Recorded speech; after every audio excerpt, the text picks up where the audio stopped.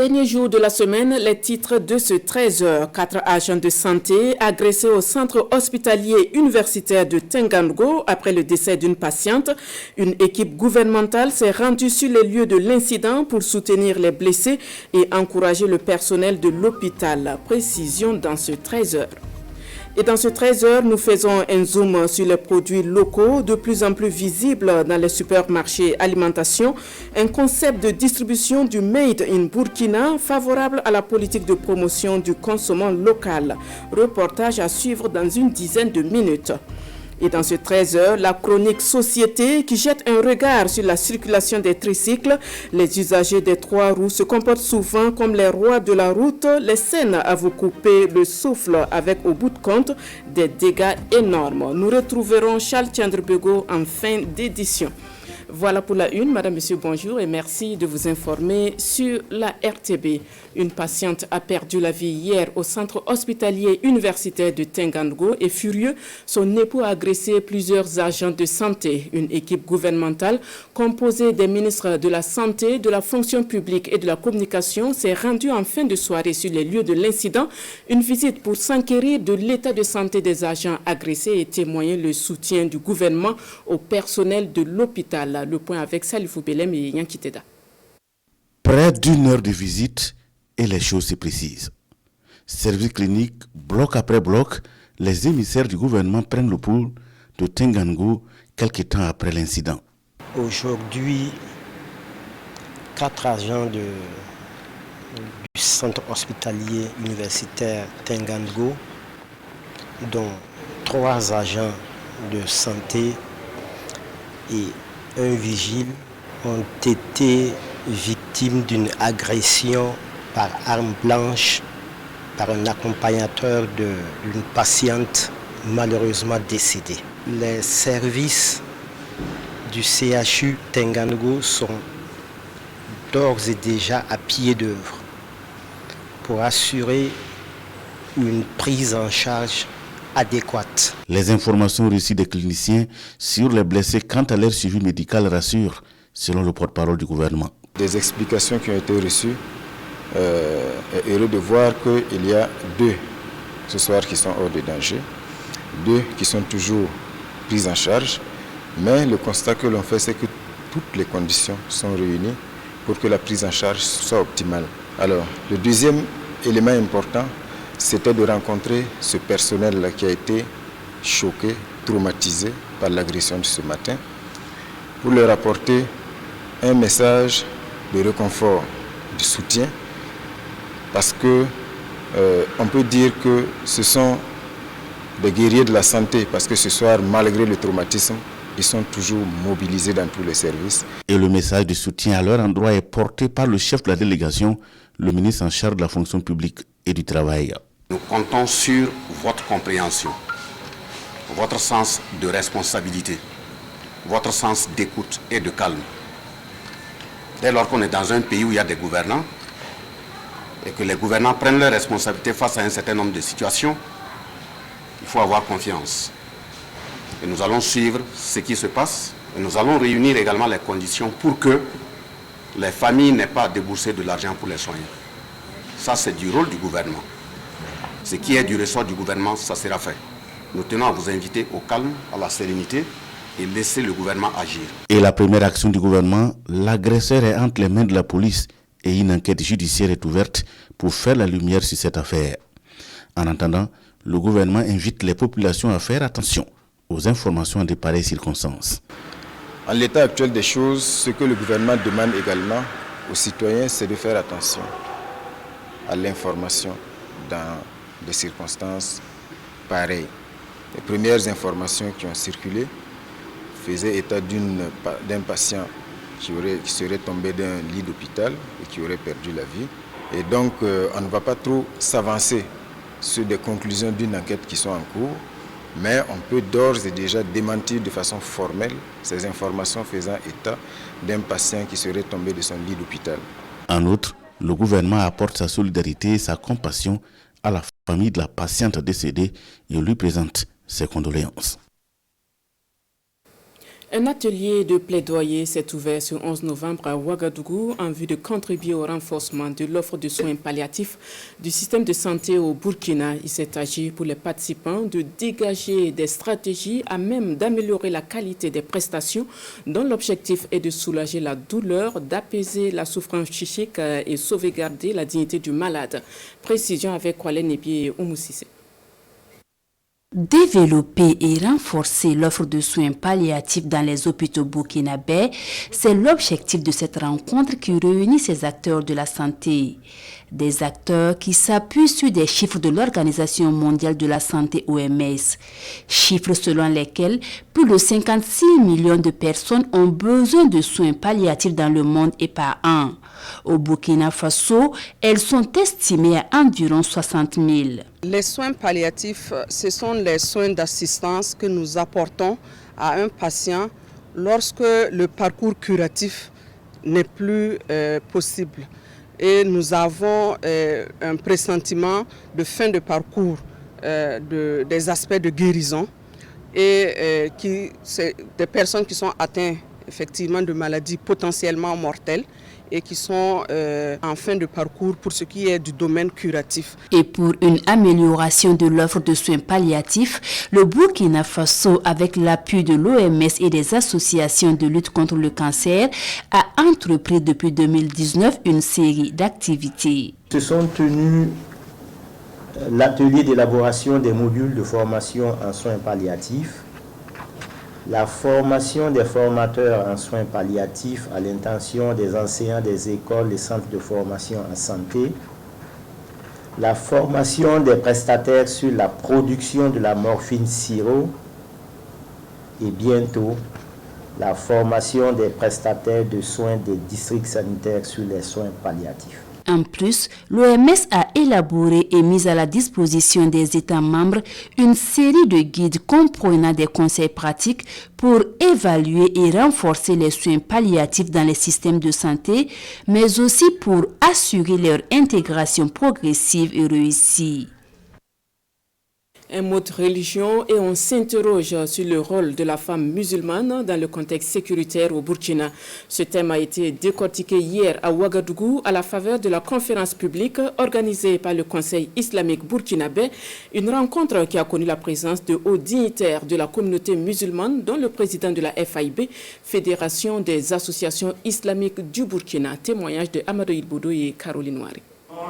Les appels sont à la solidarité, à l'unité et à la cohésion de la communauté musulmane face au terrorisme. Le rôle et la contribution de la femme musulmane est particulièrement mise en exergue. Une interpellation voulue par le CIB, le Conseil islamique burkinabé, pour contribuer à l'élan de recherche d'un contexte de vie sécurisé au Burkina.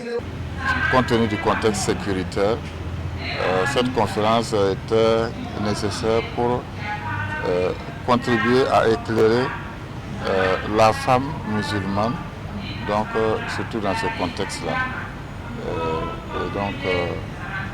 Nous pensons qu'au sortir de cela, les femmes auront encore quelques conseils qui pourront les orienter à pouvoir effectivement participer de leur manière à pouvoir donc amener la paix au Burkina Faso. La démarche du CIB est saluée. La fédération regroupant les associations islamiques du Faso y reconnaît une initiative attendue dans le contexte sécuritaire qu'est celui du Burkina.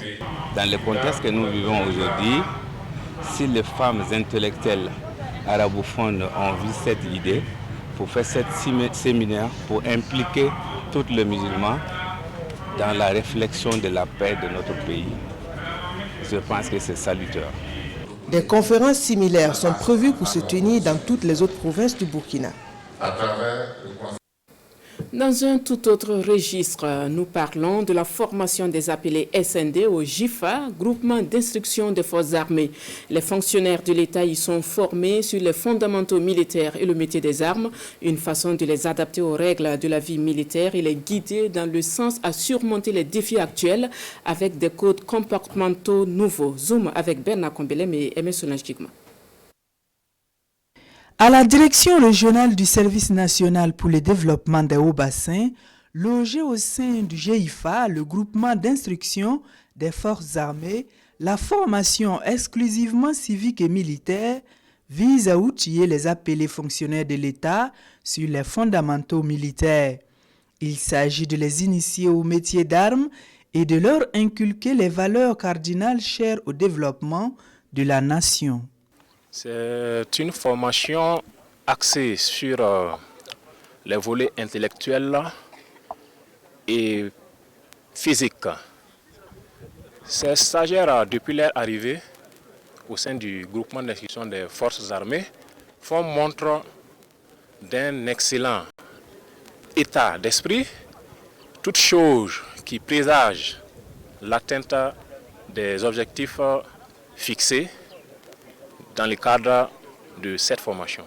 La formation militaire de base dans l'accomplissement du service civique a été réintroduite en 2021 par les autorités dans l'encadrement des agents de l'État dans le but de leur permettre de faire face aux défis actuels. Nous formons les futurs fonctionnaires d'abord dans un but de leur permettre d'être des relais des services de sécurité, de pouvoir se protéger eux-mêmes parce que nous avons malencontreusement vu des fonctionnaires qui ont été massacrés par le phénomène qui sévit depuis un certain temps dans notre pays, je veux parler du terrorisme. Et je pense qu'avec les BABA, même s'ils ne sont pas au terrain de combat, ils peuvent servir à la défense nationale parce qu'ils sont formés dans le but d'être des réservistes au profit de l'armée nationale. Ils sont au total 657 appelés, dont 105 femmes, à bénéficier de cette formation civique et militaire de 90 jours, voulue par le SND en vue de développer chez eux l'esprit d'initiative et la confiance en leurs propres capacités. En tant que femmes, nous subissons les mêmes activités que les hommes. Et nous sommes fiers d'être parmi les hommes et considérés ici comme des hommes. À l'endroit de tous ceux qui ont peur, et je les invite aussi à passer faire un tour aux EIFA. En tout cas, ils ne vont pas regretter. Malgré ma forme, je tiens et je tiendrai jusqu'à la fin. La formation se passe à merveille. On a acquis plusieurs valeurs, à savoir la loyauté, le sens du devoir et le service des intéressés. Quelques difficultés ont été soulevées, relatives essentiellement à l'application de la loi portant sur le service national. Et nous allons travailler donc sous la bonne direction du gouvernement pour pouvoir relire la loi portant service national au Burkina Faso afin de pouvoir instaurer des dispositions nouvelles qui vont permettre à chaque Burkinabé d'accomplir son service et que tous les Burkinabés soient traités équitablement vis-à-vis de la loi. Par cette formation visant à renforcer les capacités physiques et intellectuelles des appelés, le service national pour le développement entend également insuffler en eux le goût du risque et le sens de l'honneur. La sortie de cette promotion 2022 est prévue pour novembre prochain. Cap sur Zignaré, dans le plateau central, Zignaré qui a accueilli ce week-end les acteurs du projet régional d'appui au pastoralisme dans le Sahel, un projet qui se prépare pour entrer dans sa deuxième phase avec une bonne nouvelle pour les agropasteurs, le projet étend ses actions au profit d'autres régions du Burkina. Mais en attendant, les acteurs renforcent leurs capacités et s'approprient le dispositif de mise en œuvre de cette deuxième phase. Daouda Ouattara et Maxime Zongo. Des infrastructures hydrauliques réalisées, des terres dégradées récupérées, des espaces pastoraux sécurisés, autant d'investissements réalisés par le projet régional d'appui au pastoralisme dans le Sahel phase 1. Un bilan bien apprécié aussi bien par les bénéficiaires que par les partenaires. Toute chose qui a conduit à la formulation d'une deuxième phase. Vous savez qu'un projet est amené à intervenir donc dans différents domaines, notamment la réalisation d'infrastructures, d'ouvrages, la mise en œuvre d'activités de formation et autres, et la mise en œuvre des micro-projets et autres. Donc pendant ces processus et en fonction de la stratégie développée par le projet, il peut y avoir donc des mécontents. Il peut y avoir également des éléments d'encouragement qu'on veut faire parvenir au projet. Donc ici, on veut s'assurer de mettre en place un dispositif qui permet de capter en fait toutes ces informations et un circuit harmonisé de remontée de l'information et de traitement de ces informations pour mesure à prendre. Au cours de la rencontre de Zignaré, les participants, qui sont donc les partenaires de mise en œuvre du projet, se sont appropriés du dispositif et s'imprégner des contours du projet. On a proposé quelque chose dans le document, mais comme c'est des praticiens qui sont sur le terrain, ils pourront donc donner des informations pour améliorer ces dispositifs. Comment on traite en fait ces informations, comment à partir donc du manuel on peut donc avoir un plan d'action opérationnel. Ce sont ces éléments qui sont regroupés aujourd'hui qu'on va essayer de valider et puis donc aller de l'avant. Cette deuxième phase va donc consister à renforcer les acquis de la première, étendre la zone d'intervention afin de toucher le maximum de personnes. Ainsi, 11 régions sur 13 seront touchées par la phase 2. Autre titre de ce 13h, nous marquons un arrêt pour apprécier cette dynamique enclenchée par les supermarchés alimentation au Burkina. Les produits locaux ont désormais leur place dans les étagères. Mieux, les clients ne boudent pas. Ce concept de distribution du Made in Burkina s'inscrit en droite ligne de la politique de promotion du consommant local et les avantages profitent tant aux supermarchés et alimentation qu'aux acteurs de la transformation agroalimentaire. Focus avec Daouda Ouattara, Rasmani Zoundi et Oumou Sissé. Des produits 100% locaux mis en valeur dans les rayons des supermarchés burkinabés, on en voit de plus en plus. Un processus en cours ces dernières années et qui amène les consommateurs burkinabés à acheter et consommer local. De plus en plus, on voit beaucoup de nos produits locaux dans les supermarchés, ce qui est une bonne chose, mais c'est davantage encore mieux, c'est toujours meilleur de les faire connaître. Voilà, davantage. Mais j'avoue qu'il commence à en avoir quand même de plus en plus. Mais on peut faire mieux. Très satisfait de voir les produits locaux dans nos supermarchés. Et on remarque qu'on essaie d'améliorer de jour en jour. On est vraiment content et on peut vraiment essayer de promouvoir le consommant local. Franchement, ça me facilite beaucoup la tâche parce que quand on vient là, je trouve pratiquement ce que je recherche.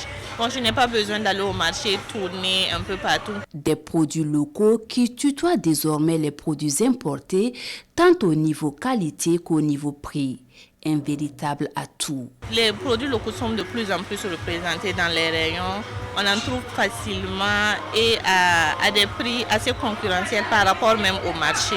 Et également pour certains produits, bon, je pense que les producteurs ceux qui transforment les produits sont encore plus soucieux de l'appréciation de la clientèle par rapport aux emballages. Je pense d'ailleurs qu'il faut que dans chaque surface, il y ait un endroit bien dédié, bien accessible, de façon à ce que les Burkinabés puissent consommer ce qu'ils produisent, ce qui est peut avoir une garantie de qualité, je crois, mais en même temps qui permet d'encourager donc les producteurs. Ma préférence va vers ces produits-là, à qui j'avoue que j'ai plus confiance. La qualité est bonne, voilà, et je me dis que si on est satisfait, voilà, on revient encore, c'est parce qu'il y a satisfaction qu'on revient.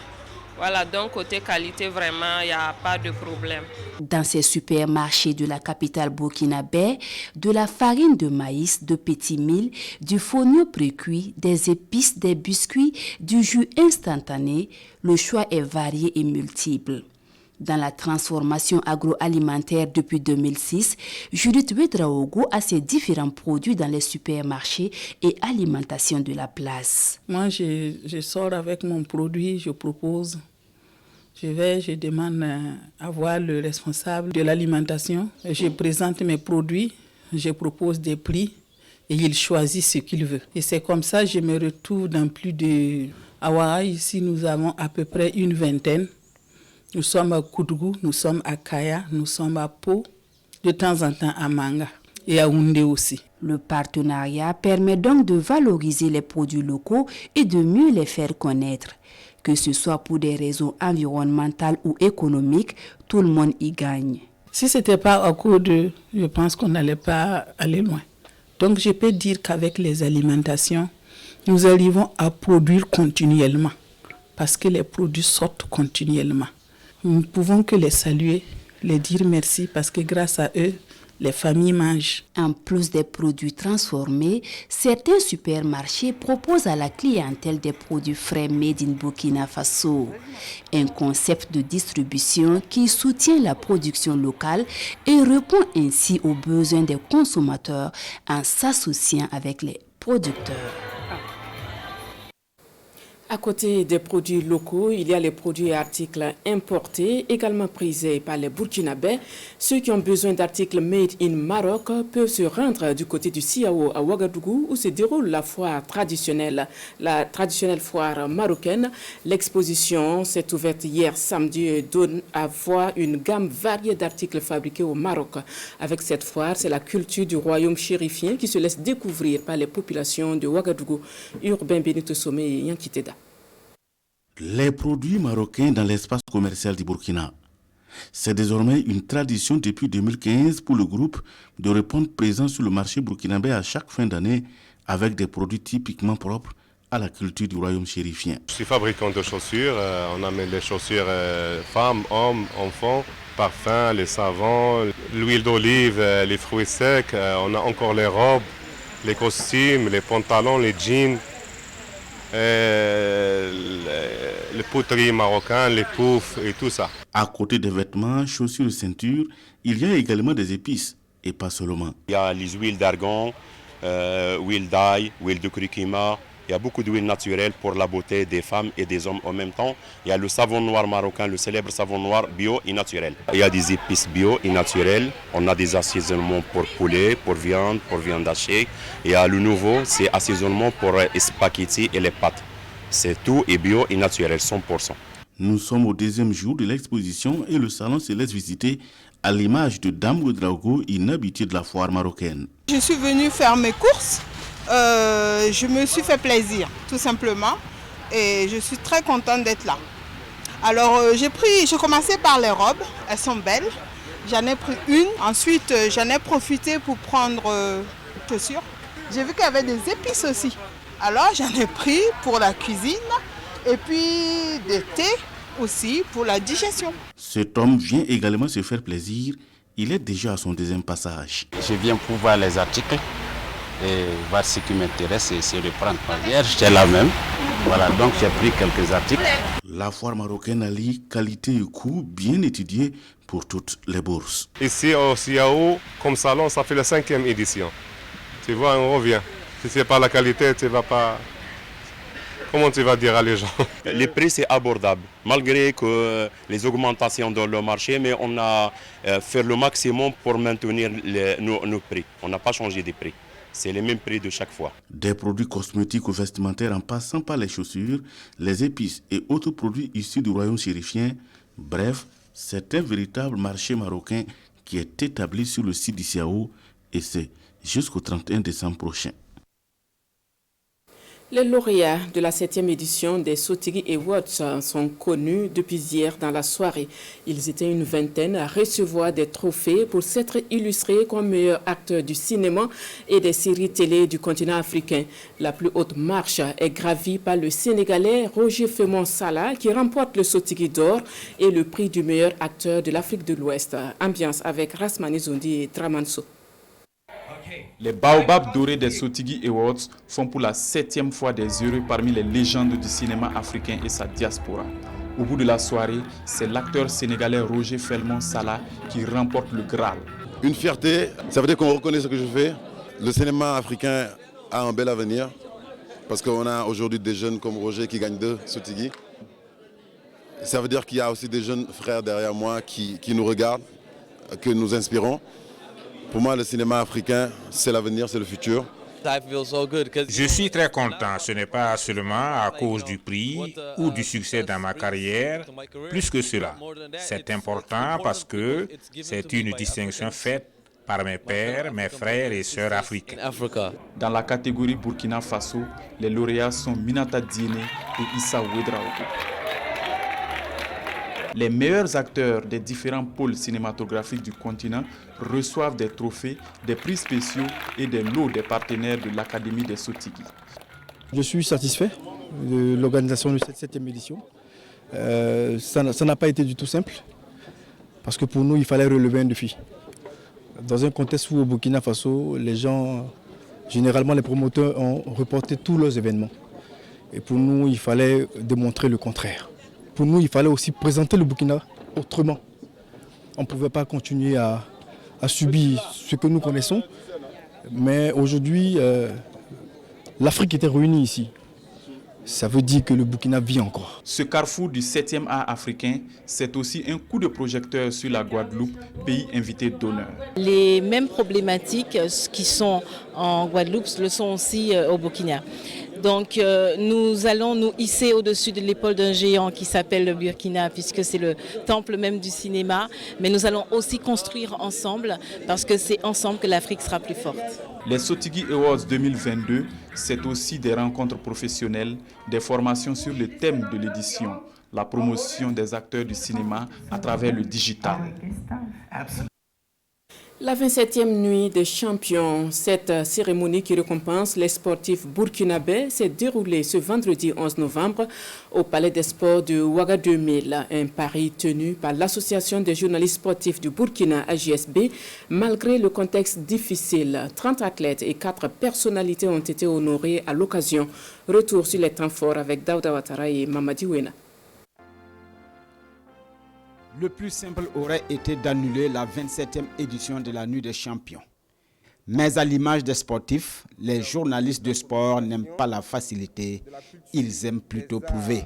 C'est sous le signe de la résilience donc nous plaçons cette Nuit des Champions parce qu'elle s'organise dans un contexte assez particulier, pas du tout facile, dans une ambiance socio-économique pas des plus aisés, mais nous avons tenu à l'organiser pour montrer à l'ensemble du monde sportif, mais pas seulement, à l'ensemble de la société burkinabé, que le monde du sport est debout, le monde du sport est combatif. Et même dans la difficulté, la 27e Nuit des Champions AJSB n'est pas à jeter aux oubliettes. Sobre, oui, mais tout a été mis en œuvre pour magnifier les efforts et le mérite des temps sportifs dans les différentes disciplines sportives. J'ai représenté le Burkina Faso à Alexandrie, en Égypte, au championnat du monde. Je suis très content et je souhaite porter très haut les couleurs nationales. C'est une très grande émotion pour moi. Franchement, je suis très content d'avoir recevoir tout plus ce soir-là. Et bon, je peux dire que c'est les entraînements aussi. C'est les entraînements. 4 personnalités, Annick Pikboum de Spécial Olympique, Bourema Kwanda du club de pétanque Souton Noma, Pascal Sawadro, sélectionneur des étalons dames, et Les Douane, club omnisport de référence, ont reçu les hommages des journalistes. Hommage a été également rendu à Lagui Koulibaly et à Noufo Ouedraogo, 2 grandes figures du football burkinabé arrachées à notre affection dans le mois d'octobre 2022. Nous en venons à la chronique société de ce dimanche qui s'intéresse au tricycle en circulation. Ces engins sont très utiles mais parfois source de nombreux dégâts dans le trafic routier. Des scènes à vous couper le souffle sont le quotidien des usagers des 3 roues. Charles Tiendrebeo. Armel, le rasta du quartier, a reçu un visiteur. Un visiteur pas comme les autres, tel un trophée de guerre, il se pavane à longueur de journée avec le toubab derrière sa moto. Et comme en Afrique on a d'incroyables talents, Armel est subitement devenu le guide touristique de son ami d'outre-mer. Ils sont allés à Tiebele, à Manega, à Lango, et je ne dis pas tout. Après ce grand périple, ils ont attaqué la ville de Ouagadougou. Là aussi, Armel fait montre de gros talents. Tout cela a un prix, mais comme ce n'est pas lui qui paie, Armel n'hésite pas à faire les grands coins. Des endroits qu'il saluait de passage avec la main gauche, aujourd'hui le voilà en vue dans les meilleures places. Le Toubabou est fier de son ami et lui déborde de joie car il comble les attentes du jeune touriste. Voilà qu'il tombe un jour sur un accident de la circulation. Un tricycle, dans sa course folle, a raflé tout sur son passage. Moto, véhicule, piéton et même le goudron en garde les traces. Étant tombé sur l'action, son ami blanc s'empressa de lui dire « Vite, demi-tour, c'est un attentat terroriste. Ce tricycle bélier a foncé sur les gens. Tu as vu ça, non ?» « Non, répliqua Armel, ce n'est pas ça. Ici, nous appelons ça un accident de la circulation. Les gens ont encore la liberté de se cogner en pleine rue. En fait, ça fait partie du quotidien. Les tricycles dans la ville de Ouagadougou, se met-il à expliquer, sont apparus subitement comme des chauves-souris et difficile de les classer. Ils ne sont ni oiseaux ni mammifères, donc à moitié moto et à moitié automobile. Ils se sont insérés dans la circulation, forçant le passage tantôt parmi les 2 roues, tantôt parmi les 4. Et puisqu'on parle de talent, les 3 pieds ne cessent de révéler d'incroyables talents. Transport de kiosques, de fer à béton, de planches, de quantités incroyables de marchandises en fermant les yeux sur les gabarits des engins.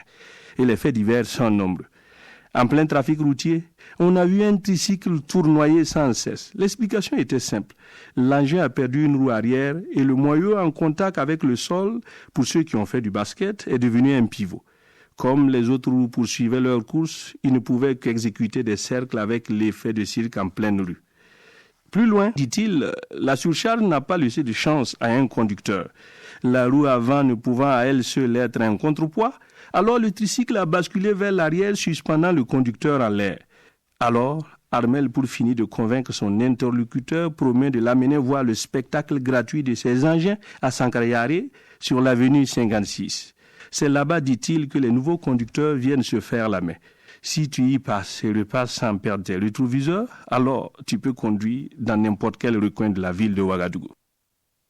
C'est la fin de ce 13h. Merci à tous de l'attention. Toute l'équipe se joint à moi pour vous souhaiter une bonne reprise pour demain. Mais en attendant, restez avec nous pour la suite du programme.